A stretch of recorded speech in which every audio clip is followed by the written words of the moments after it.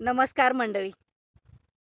आजचा हा व्हिडिओ बनवण्याचा हेतू हा आहे, मी गावी आले आणि गावात असं बऱ्याच ठिकाणी एक भीषण परिस्थिती आहे.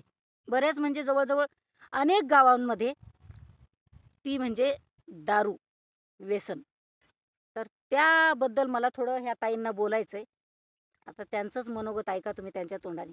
कशी-कशी सिच्युएशन आहे गावामध्ये, इतर खेड्यांमध्ये. तर ताई दारूबद्दल काय म्हणाल तुम्ही? आजची पिढी एवढं दारू पिते. चांगलं आहे का वाईट आहे का बरं आहे का ती बंद व्हायला पाहिजे का नाही? दारू बंद व्हायला पाहिजे. हं. इतकी आता वाईट व्यसन लागलेली आहे. आता काय सांगावं, लहान-लहान पोरं-बाळं घरात असतात. त्या पिण्याच्या बाऱ्यात काही आणून देत नाहीत, काय नाही. एकटी बाई काय करणार? आ? खायला काय नसतंय. एकाचे घरं बरबाद झाले दारूने. दारूने. दारू दारू पिऊन शिनी काही लोक मेले. त्यांचे घरं असे बरबाद झाले. त्या घरात काहीच राहिलेलं नाही. पण आता ही बंद व्हायला पाहिजे दारू, पण आता ती बंद होईना गेली आहे. पण माझा सुद्धा जीव असा वैतागला का नाही, पण मी तसंच ॲडजस्ट करते. करावं लागतं बाईच्या जातीला ॲडजस्ट बघा. मी लय करते ॲडजस्ट, पण असं असं एका बारला वैताग येते माझ्या पण जीवाला, पण काय करणार?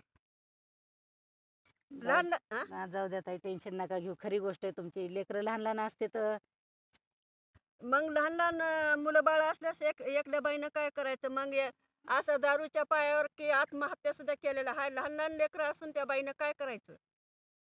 अवघड परिस्थिती हो. हं, वाईट वाटतं हं. मंडळी खरंच. बंद करायला पाहिजे दारू, पण ती बंद होत नाही. एकेकाच्या घराला कुलपं लागले त्या दारूवर. खरंच आहे. हां, कुलपं लागलेत. लहान-लहान मुलं-बाळ असताना त्या बाईनं काय करायचं? शेतात काम करायचं. काही काही लोकांना तर असं शेती पण नाही. मोलमजुरी करावं का बारके मुलं सांभाळावं का काय करावं? काय करावं त्या बाईनी सांगा तुम्ही? पण मला एक कळत नाही, ही माणसं कामं करत नाहीत. मग ह्यांच्याकडे दारू प्यायला पैसे कुठून येतात हो? असं करायचं. चल शेतात. तेवढं शेतात काम करायचं. कुणी असं मोठे लोकं असतात. त्यांना फुग्यापुरते बी आले ₹10-20 ₹50 बी दिले फुग्यापुरते त्यांना ठीक आहे. घरच्याची काहीच अडचण नाही ना. ते पोरं मरूत, अगर बायकोला काय असून नसूत, अगर काही नको नसूत. ती एका बाईच्या अंगावर अशी आताची परिस्थिती नाही कपडे ही करायची, पण कपडा सुद्धा नाही एका लेकराला का एका बाईच्या अंगावर. ते सगळे दारूवर घालतात पैसे. मग काय करायचं त्या बाईने सांगा तुम्ही? लई भीषण भीषण परिस्थिती मंडळी. सॉरी हं. माझं सुद्धा तोंड सुकतंय अक्षरशः हे ऐकून आणि बोलून. आणि असं पण ऐकलंय मी, की काही माणसं घरातल्या वस्तू पण विकतात ना ताई. डोरल्या सुद्धा एका माणसाने डोरले सुद्धा बायाच्या अंगावर ठेवलेले नाही, तर त्या बाईने करायचं काय? काही दुसरं सोनं नाणं नाही तर नाही, पण डोरलं सुद्धा ठेवीत नाही त्या बाईच्या अंगावर. करायचं काय त्या बाईने सांगा तुम्ही? अवघड आहे हो, खरंच अवघड आहे. मग ह्याच्यावर काय उपाय काय आहे? आता बाया काय सांगतील उपाय काय करायचा काय नाही ती? तर सगळ्यांनी मिळून मला असं वाटतं, की सगळ्यांनी मिळून जर काही केलं, तर हं. दारूबंदी गावातली होईल की नाही? सगळे करीत नाहीत ना. ती म्हणते आमचा माणूस पेत नाही, आम्हाला काय करायचंय? ती म्हणते आमचा माणूस पेत नाही, आम्हाला काय करायचंय? मग ती एकाचं आणि दोघाचं काम नसतंय. ती गावातल्या लोकांनी सगळं ती मीटिंग घ्यायला पाहिजे, ती ठरवायला पाहिजे, ती बंद करायला पाहिजे. आ? खरं आहे हो ताई, खरं आहे. खरंच खूपच अवघड परिस्थिती आहे बघा. खरंच दारूवाल्यांसाठी तरी काहीतरी पाहिजे खरंचच. पण एक तलप नाही. गुटखे खात्यात, गोळे खात्यात, काय पण खात्यात. लहान-लहान मुलं त्यांचे लग्नसुद्धा होईनात.